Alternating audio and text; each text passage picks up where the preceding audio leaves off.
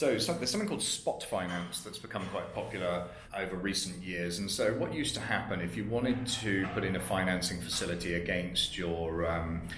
invoices on the company, for example, a working capital facility, typically you'd enter into a factoring agreement, and that factoring agreement would mean that all of your invoices get factored, so they all get pledged to security for you to borrow money against. Now, it's quite expensive, it's quite difficult to get out of, and it can be a bit toxic in a business. With spot finance, effectively you just pick big invoices, so typically they would be invoices for more than £10,000, and typically they would be to a client that has revenue of more than 10 million or is a blue chip or household name type